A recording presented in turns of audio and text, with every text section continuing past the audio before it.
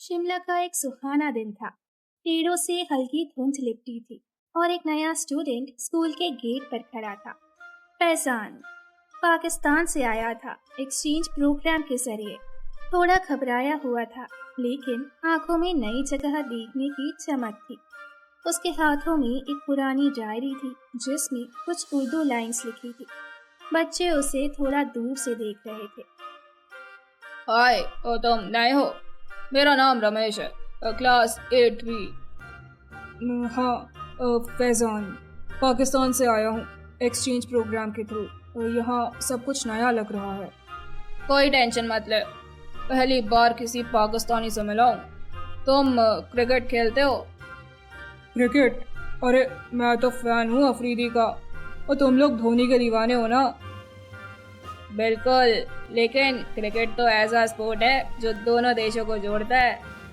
सही कहा, तो शायद इसीलिए मुझे तुमसे बात करना आसान लगा।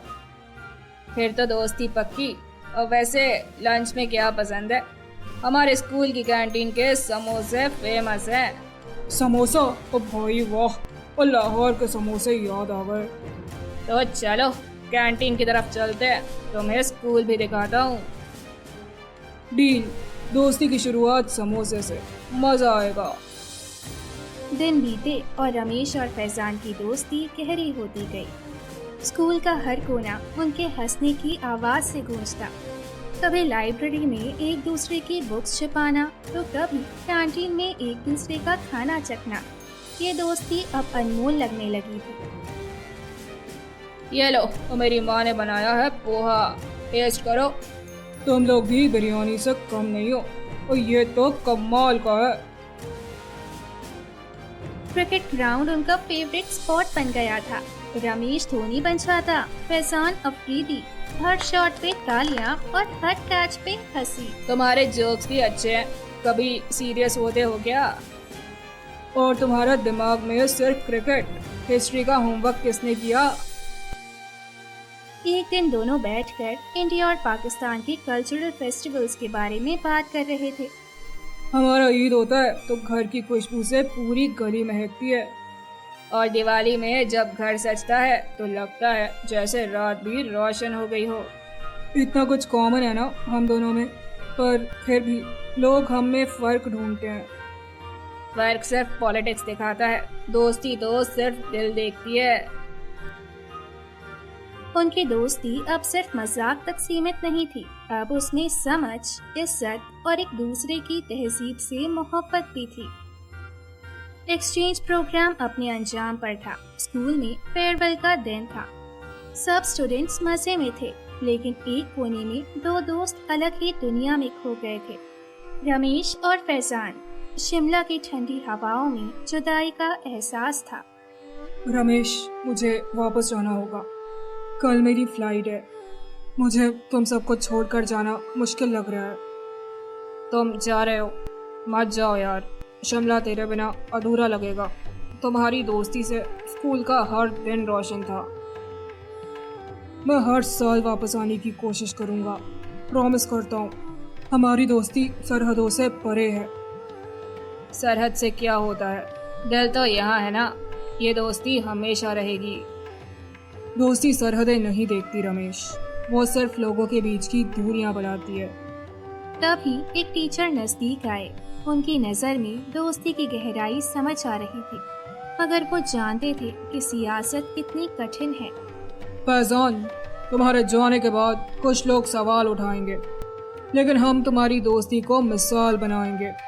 सच्चाई और मोहब्बत ही इंसानियत को जोड़ती है। जब लोग सियासत से डिवाइड होते हैं तो दोस्ती उन्हें जोड़ती है। हम अपनी दोस्ती को कभी कमज़ोर नहीं होने देंगे। और अगर कभी कोई पूछे तो कहना, पाकिस्तान का एक भाई छोड़ गया हूँ यहाँ। दोस्ती के नाम पे हमें दोनों मुल्कों को जोड़ना है। उन्होंने एक दूसरे को जोर से गले लगाया। दोनों की आंखों में आंसू थे, मगर दिल में उम्मीद थी। जुदाई के दर्द के बीच एक नई शुरुआत की खुशबू थी। फैजान, और तू है? और इतने सालों बाद भी तेरी याद आती है। कब मिलेंगे हम? मुझे तेरी दोस्ती बहुत याद आती है। रमेश भाई, तू वैसे का वैसा है, बस थोड़ा और स्मार्ट लग रहा है। और शिमला का दिन याद है मुझे, क्रिकेट, पोहा और तेरी दोस्ती। हाँ यार, वो दिन याद आते हैं। सोचा है कुछ ऐसा करते हैं जो हमारे दोनों देश के लोगों को जोड़ दे। इतनी दूरी क्यों, दोस्ती क्यों तोड़ना। बहुत ज़रूरी है। दिल से सरहद नाम का एक प्लेटफॉर्म बनाते हैं जहां लोग अपनी कहानियां, कल्चर और जज्बात शेयर कर सकें। बिल्कुल, कल्चर, म्यूजिक और खुशियाँ बांटेंगे। नफरत कम होगी तो प्यार बढ़ेगा। हम सबको एक साथ लाएंगे। और मुझे लगता है हमारी दोस्ती ही सबसे बड़ी मिसाल बनेगी। लोग जब देखेंगे समझेंगे कि असली दोस्ती किसी सरहद से नहीं रुक सकती। वो दिन दूर नहीं जब हमारे देश के लोग दिल से जुड़े होंगे, बिना किसी डरे या डर के। तभी तो सच्चाई अमन आएगी। चलो फिर मिलकर सपने को सच करते हैं। शुरुआत करते हैं दिल से सरहद से। ये सिर्फ एक प्लेटफॉर्म नहीं, एक जज्बा होगा। मैं एक्साइटेड हूँ दोस्त। आज से हमारी दोस्ती नए रास्ते पर है। आओ दुनिया को दिखाएं कि मोहब्बत ही सबसे बड़ी ताकत है। दोनों दोस्तों ने मिलकर एक डिजिटल प्लेटफॉर्म बनाया, दिल से सरहद, जहां लोग अपनी कल्चर, कहानियां और आर्ट शेयर कर सकते हैं। ये एक नया सफर था दोस्ती और मोहब्बत का। वाह, और ये गैलरी में लाहौर के फेमस आर्ट पीसेस हैं। कितनी खूबसूरती से दिखाए हैं। हर पेंटिंग के पीछे एक कहानी छिपी है। और ये अमृतसर की मिठाइयों पर बना गया व्लॉग देख, कितना वायरल हो रहा है। लोग कमेंट्स में अपनी यादें लिख रहे हैं। कुछ लोग अपनी माँ की रेसिपीज भी शेयर कर रहे हैं। भाई, ये प्लेटफॉर्म सच में दिल को छू रहा है। लोग अपनी कहानियाँ बताते हैं, दोस्ती और मोहब्बत का पैगाम फैला रहे हैं। हर दिन नए लोग जुड़ रहे हैं। दोस्ती में सच में ताकत है। जब हम साथ हैं, कोई भी सरहद हमें दूर नहीं कर सकती। ये प्लेटफॉर्म हमारी छोटी सी कोशिश है, लेकिन असर बड़ा होगा। बिल्कुल, ये सिर्फ एक वेबसाइट नहीं, एक जज्बा है जो हम दोनों देशों के लोगों को जोड़ता है। आज से दोस्ती की नई कहानियां लिखी जाएंगी।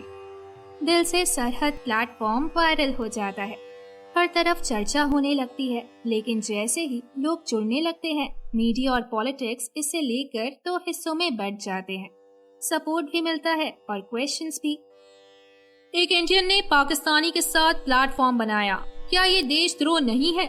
नेशनल इंटरेस्ट के खिलाफ जा रहे हैं ये लोग। क्या फैजान भारत का एजेंट बन गया है? ये तो हमारे मुल्क के लिए खतरा हो सकता है। मुझे ये सब पॉलिटिक्स नहीं चाहिए। हम सिर्फ अमन चाहते हैं। हमें सिर्फ मोहब्बत चाहिए।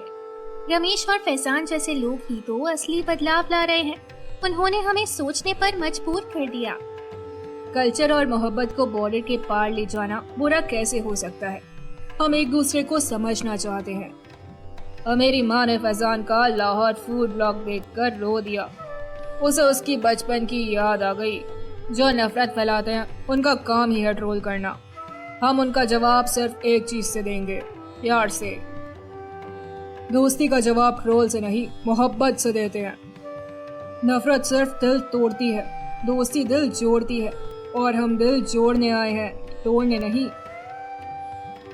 प्लेटफॉर्म के वायरल होने के बाद ट्रोल्स और हेट मैसेजेस का सिलसिला रुकता ही नहीं। रमेश और फैजान का इनबॉक्स नेगेटिव कमेंट से भर जाता है। दोनों के घर वाले भी इस प्रेशर को महसूस करने लगे हैं। बेटा, न्यूज चैनल पे तुम्हारा नाम आ रहा है। तुम कुछ ज्यादा आगे तो नहीं बढ़ गए हो? माँ, मैंने सिर्फ एक पाकिस्तानी दोस्त के साथ मिलकर एक प्लेटफॉर्म बनाया है। क्या दोस्ती करना अब गलत हो गया? दोस्ती गलत नहीं, लेकिन दुनिया हर चीज को पॉलिटिक्स की नजर से देखती है। फैजान, वो लोग कह रहे हैं कि तुम देश से वफादार नहीं रहे। तुम्हें समझना होगा, तुम्हारा हर लफ्ज मीडिया कैप्चर कर रहा है। अबू, मैं बस दोस्ती का फर्ज निभा रहा हूँ। मुझे याद है आप कहते थे, हक की तरफ खड़े रहो, चाहे सब खिलाफ हो। अगर हम जैसे लोग भी डर के चुप हो गए तो नफरत जीत जाएगी। मैं ऐसा नहीं होने दूंगा। और मैं भी। हर ट्रोल का जवाब मैं एक नए पॉजिटिव पोस्ट से दूंगा। बस बेटा, संभल के। तुम्हारे इरादे अच्छे हैं, लेकिन दुनिया हमेशा समझने वाली नहीं होती। और तुम दोनों नए जमाने की सोच हो, बस दिल से काम करो और लेकिन होश से भी। जहाँ ट्रोल्स ने हवा बनाई थी, वहीं आम लोगों ने मोहब्बत का जवाब दिया। सोशल मीडिया प्लेटफॉर्म्स पर लोग इमोशंस के साथ लिखने लगे। हैशटैग्स जैसे दिल से सरहद, लव बियॉन्ड बॉर्डर्स और इंसानियत जिंदाबाद हर जगह ट्रेंड करने लगे। स्टूडेंट्स, टीचर्स, आर्टिस्ट और हाउसवाइफ्स सब ने अपना सपोर्ट दिखाया। दिल से सरहद ने मेरी सोच बदल दी। अब मैं सिर्फ इंसान देखता हूँ, पासपोर्ट नहीं। फैजान और रमेश असली हीरोज। तुमने दिखाया कि दोस्ती किताबों से बाहर भी जिंदा है। इन्होंने नफरत के बीच मोहब्बत उगाई है। सल्यूट। आज रो रहा हूँ, लेकिन खुशी के आंसू है। मैंने कल अपनी क्लास में रमेश और फैजान का एग्जाम्पल दिया। बच्चों ने क्लैप किया। देखा फैजान, लोग प्यार चाहते हैं, बस किसी ने शुरुआत नहीं की थी। सरहदों के पार भी दिल धड़कते हैं यार, और अब वो एक रिदम में धड़क रहे हैं। जब लोग जुड़ते हैं तब पॉलिटिक्स हार जाती है। ये हम सबका मिशन बन गया है। इंसानियत जीती है रमेश, और अब ये सिर्फ एक प्लेटफॉर्म नहीं, एक आंदोलन बन गया है। चलो इस दौर को रुकने ना दें। हर शहर, हर दिल तक पहुंचना है। मोहब्बत सिर्फ लफ्ज नहीं, अमल है, और हम सब उस अमल का हिस्सा है। दिल से सरहद प्लेटफॉर्म की सफलता ने दुनिया भर का ध्यान खींच लिया। यूएन और कई ग्लोबल पीस ऑर्गेनाइजेशंस फैजान और रमेश को एक स्पेशल पीस कॉन्फ्रेंस में इनवाइट करती हैं, जहां उन्हें अपनी कहानी दुनिया के सामने रखनी होती है। You are invited to speak on digital peace building. The world needs to hear voices like yours. हम तो सिर्फ दोस्त हैं, और दोस्ती ही सबसे बड़ा संदेश है। जहाँ दोस्ती है, वहाँ नफरत के लिए जगह नहीं होती। Exactly. आप दोनों उम्मीद की मिसाल हैं। आपकी कहानी नए दौर का रास्ता दिखा सकती है। ये कॉन्फ्रेंस सिर्फ स्टेज नहीं है, ये एक मौका है दुनिया को बताने का कि आम लोग भी अमन ला सकते हैं। मोहब्बत वायरल हो तो नफरत को जगह नहीं मिलती।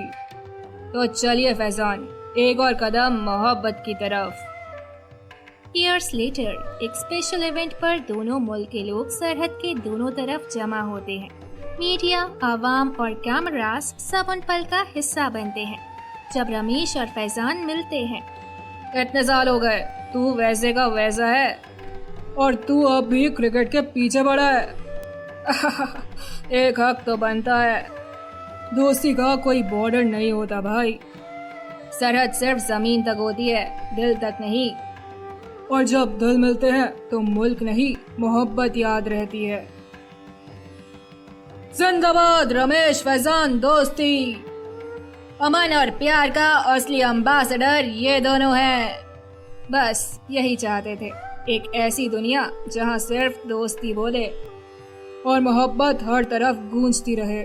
हम दुश्मन नहीं हैं, सिर्फ अलग अलग सरहदें हैं जो हमें जुदा करती हैं, मगर दिल तो एक ही है। मोहब्बत और दोस्ती ही असली बंधन है जो हमेशा जीतेंगे। आओ मिलकर दिखाएं कि इंसानियत सबसे बड़ी ताकत है। सरहद से ऊपर उठकर हम सब एक हैं।